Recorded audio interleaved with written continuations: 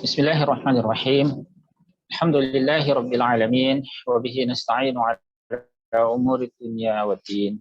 Wassalatu wassalamu ala sayyidina wa maulana Muhammad ibn Abdillahil mab'uts rahmatan lil alamin wa ala alihi wa sahbihi ajma'in. Amma ba'd. Ikhwafillah rahimakumullah. Alhamdulillah pada kesempatan hari ini sampailah kita pada penghujung dari suratun Naba. Ini tepatnya pada ayat ke-39 dan ayat 40 atau hingga ayat 41 menurut perhitungan sebagian ulama.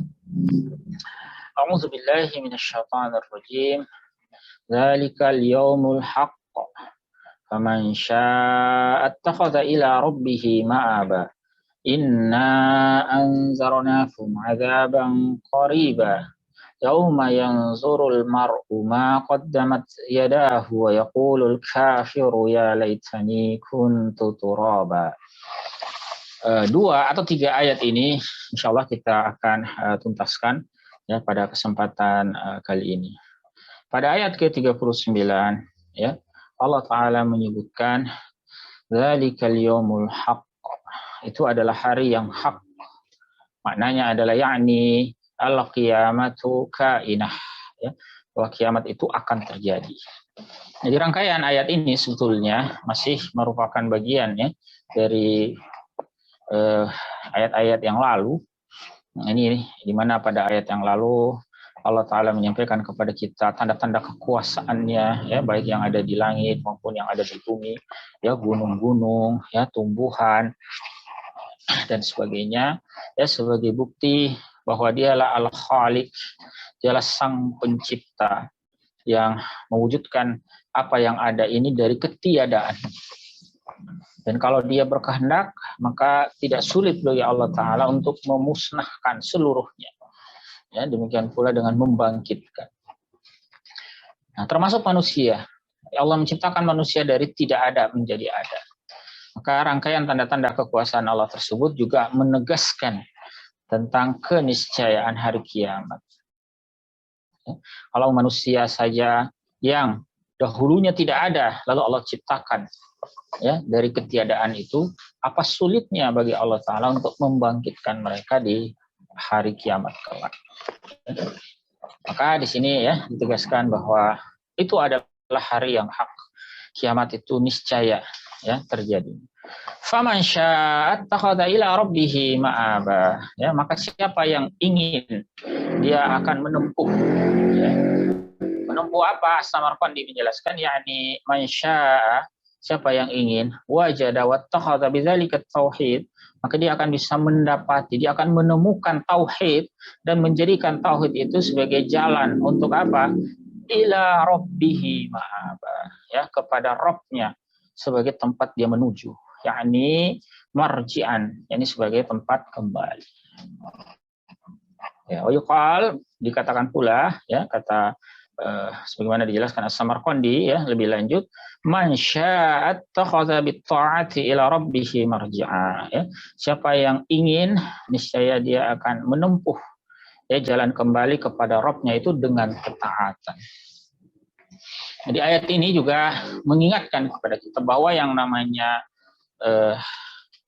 beriman atau kufur itu pilihan bagi manusia. Mansya, siapa yang ingin, siapa yang bersedia, siapa yang mau. Tidak ada paksaan dalam perkara ini.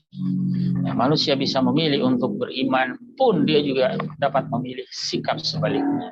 Tentu dengan konsekuensinya masing-masing. Ya, telah dijelaskan di rangkaian ayat yang lalu. Orang-orang yang ingkar, yang melampaui batas yang disebut oleh Allah at-taqin, maka bagi mereka jahanam ya sebagai tempat kembalinya.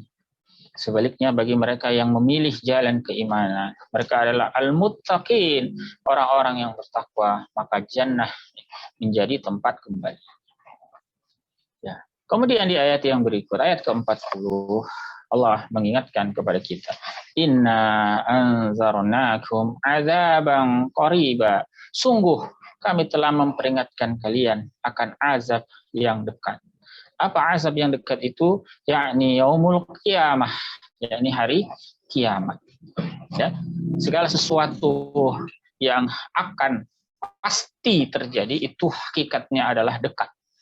Ya, makanya ada ungkapan ya di kalangan para ulama kita, misalnya mereka mengatakan kullu atin qarib. Setiap sesuatu yang akan datang, pasti datang ya, maka dia adalah qarib, dia dekat. Hari kiamat pun demikian adanya. Apapun dia jauh ya, menurut waktu kita yang relatif mungkin masih sekian tahun, sekian puluh tahun, sekian puluh tahun, bahkan sekian ratus tahun, wallahu a'lam. Tapi sesungguhnya karena dia niscaya pasti terjadi, maka hakikatnya dia dekat. Dan ini Allah ingatkan kepada kita, inna anzarnakum adzaban qariba. Maknanya adalah hari kiamat sebagaimana dikemukakan oleh Imam Al-Wahidi dalam tafsir beliau Al-Wajiz fi tafsir al-Kitab al-Aziz. Dan ungkapan inna anzarnakum adzaban qariba ini menurut sebagian ulama yang menghitung surah An-Naba ini ada 41 ayat, mereka menghitung kalimat ini sebagai ayat tersendiri. Jadi inna anzarnakum adzaban qariba ini dianggap sebagai ayat 40. Dan kelanjutannya itu sebagai ayat 41. Bagi yang menghitungnya 41 ayat. Tetapi yang menghitungnya 40 ayat, sebagaimana yang banyak kita gunakan dalam mushaf kita di Nusantara, ya, yang menghitungnya 40 ayat, maka ayat 40 itu mulai dari ungkapan inna anzarnakum adzaban qariba ya, sampai dengan penghujung surah ini. Jadi ada sedikit perbedaan di sini. Nah, Allah Ta'ala berfirman ya, pada hari itu yauma yanzurul mar'u ma qaddamat yadahu wa yaqulul kafiru ya laitani kuntu turaba. Kita simak ya uraian Al-Wahidi ketika menjelaskan ayat ini. Yauma yanzurul mar'u ma qaddamat yadahu. Hari ya, seseorang itu melihat apa yang telah diperbuat oleh kedua tangannya. Jadi ungkapan diperbuat oleh kedua tangannya ya. Yadahu ini sebetulnya tidak membatasi, bukan maksudnya itu hanya tangan ya. Jadi kalau perbuatan yang dilakukan selain tangan misalnya tidak termasuk dalam ayat ini, bukan begitu. Jadi ungkapan ini namanya menyebutkan sebagian, tetapi yang dimaksud adalah seluruhnya ya. Mungkin biasa kita dengar ada majas semacam itu, menyebutkan sebagian, tetapi yang dimaksudkan itu adalah seluruhnya. Maksudnya apa saja yang dilakukan oleh manusia, bukan hanya oleh kedua tangan. Nah, digunakannya tangan ini karena memang lazimnya atau banyak perbuatan itu yang dikerjakan oleh manusia dilakukan dengan kedua tangan. Dia makan, dia minum, dia bekerja, ya dan sebagainya, itu banyak menggunakan kedua tangan. Tapi banyak juga yang dikerjakan oleh anggota tubuh yang lainnya. Nah, semua itu akan dia lihat.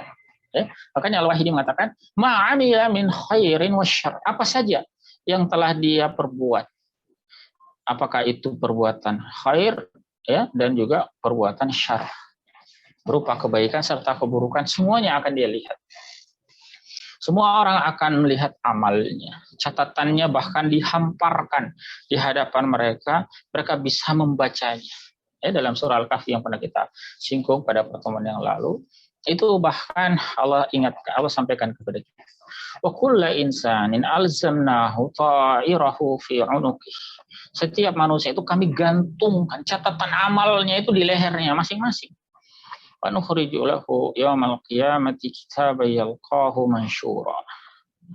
Ya, dan nanti kami akan keluarkan kitab itu kepadanya pada hari kiamat, kami hamparkan ya, sebagai kitab yang dibuka ya, terhampar di hadapan mereka, terpampang berbagai catatan amal di situ ya.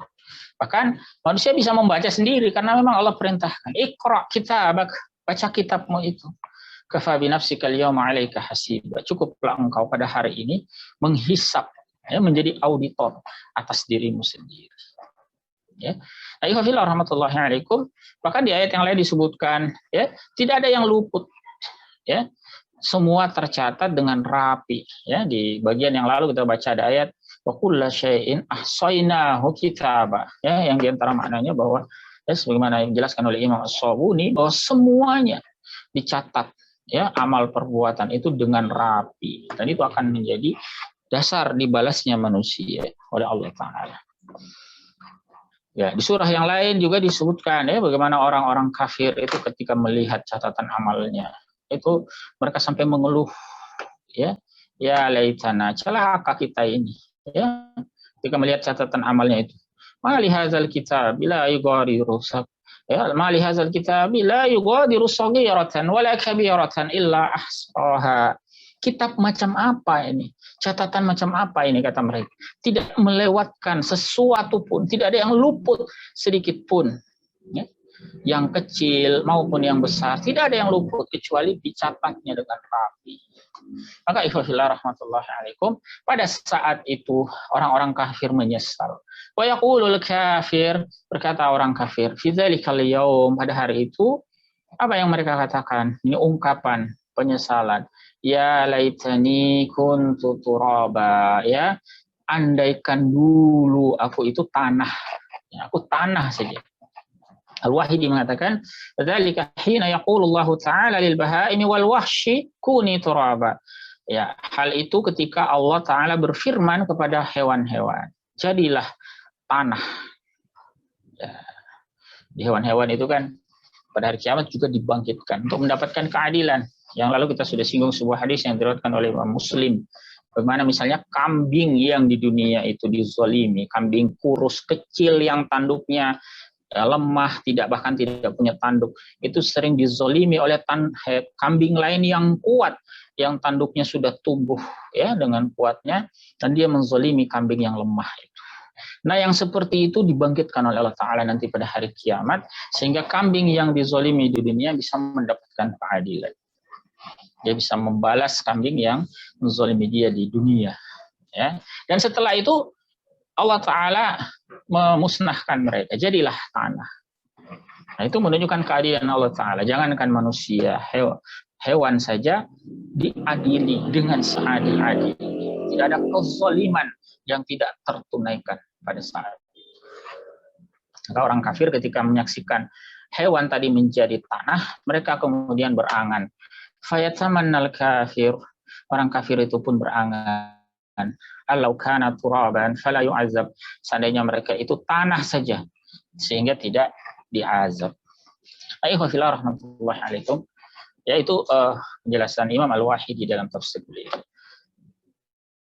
Ya, sebetulnya ada penafsiran yang lain, misalnya yang dikemukakan oleh Syekh Ahmad As-Sawi dalam Hasyiah beliau terhadap tafsir Jalalain, ya, bahwa apa yang dikemukakan di sini adalah salah satu dari 3 makna yang beliau sampaikan. Ya, makna yang lain selain makna ini peristiwa kafir itu mengatakan ya laitani kuntu turaba, itu adalah ketika menyaksikan hewan-hewan itu dimusnahkan menjadi tanah. Ya. Selain itu, ya, ada juga makna lainnya adalah annahu yatamanna allau kana turaban fid dunya, ya.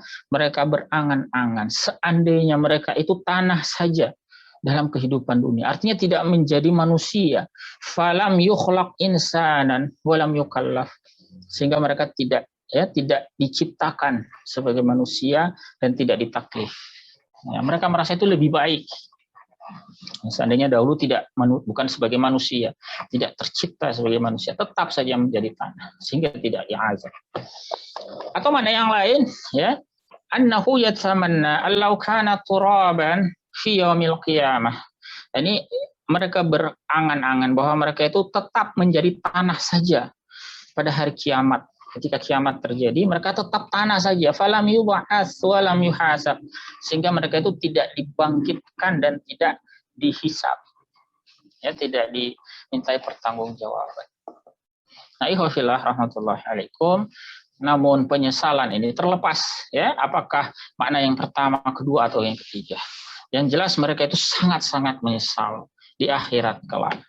Namun ikhwafillah, apa guna penyesalan di akhirat kelak nanti? Maka kalau menyesal, lakukanlah itu sekarang dalam kehidupan dunia ini selama Allah Ta'ala masih memberikan kita kesempatan untuk bertaubat. Maka sebagai penutup, ikhwafillah, rahmatullahi alaikum, ada beberapa ibrah yang bisa kita renungkan ya pada kesempatan kali ini. Yang pertama tentang keniscayaan kiamat. Maka persiapkanlah bekal terbaik ya. Bukan persoalannya kapan terjadinya, tapi yang lebih penting lagi adalah apa yang sudah kita persiapkan untuk itu. Dalam sebuah hadis yang diriwayatkan oleh Al-Bukhari dan Muslim dari sahabat Anas bin Malik radhiyallahu anhu, ada seorang yang bertanya kepada Nabi Shallallahu Alaihi Wasallam, ya Rasulullah, mata sa'ah, wahai Rasulullah, kapankah hari kiamat itu terjadi? Alih-alih menjawab kapan waktu terjadinya, hari, bulan, tanggal, dan seterusnya, Rasulullah Shallallahu Alaihi Wasallam malah balik bertanya kepada yang bersangkutan, wa madza a'dattalaha, apa yang sudah Anda persiapkan untuk itu? Jadi persoalan hari kiamat itu terjadinya kapan, persisnya, dan sebagainya, itu bukan perkara yang penting. Yang penting itu adalah apa yang sebetulnya sudah kita siapkan. Tidak usah mempertanyakan sesuatu yang pasti terjadi, tetapi bekal apa, persiapan apa yang sudah Anda persiapkan untuk itu. Nah, maka mari kita siapkan bekal terbaik kita. Rahmatullahi alaikum. Ya, bekal terbaik itu tidak lain adalah takwa. Ya, fa inna khairaz zadi taqwa. Sesungguhnya sebaik-baik bekal itu adalah takwa. Ingat pula bahwa azab akhirat, azab di sana di akhirat, meskipun kelihatannya jauh, tetapi sesungguhnya sangatlah dekat. Allah menyebutnya sebagai azabang qariba. Jangan pernah meremehkannya. Lalu yang terakhir, ya sebagaimana sudah kita sampaikan tadi, bahwa penyesalan di akhirat sana itu sudah tidak berguna lagi. Kalau Anda menyesal, maka lakukanlah itu sekarang. Bertobatlah selagi Allah Ta'ala masih memberikan kesempatan. Ya, bahkan bukan kiamat kubro saja yang perlu kita waspadai, yang tidak kalah pentingnya untuk kita waspadai juga ada al-qiyamatus sughra, yakni ajal, kematian ya, yang bisa datang sewaktu-waktu. Karena konsekuensinya sama. Ini dari segi taubat sama. Kiamat sughra, yakni al-maut, itu batas taubat seorang hamba diterima oleh Allah Ta'ala, sebagaimana kiamat kubra, ya, hari terjadinya ya kiamat. Ya, Nabi SAW dalam hadis riwayat Muslim misalnya mengatakan bahwa innallaha yaqbalu taubatal abdi ma lam yughargir. Sungguhnya Allah menerima taubat hamba selama dia belum mengalami sakaratul maut. Ya. Mudah-mudahan kita bisa mengambil ibrah dari rangkaian ayat-ayat ini, dan semoga Allah Ta'ala senantiasa melimpahkan taufik dan hidayahnya kepada kita semua. Hadanallahu wa iyyakum ajma'in. Wa barakallahu fikum. Subhanakallahumma wa bihamdik, asyhadu an la ilaha illa anta, astaghfiruka wa atubu ilaik. Assalamualaikum warahmatullahi wabarakatuh.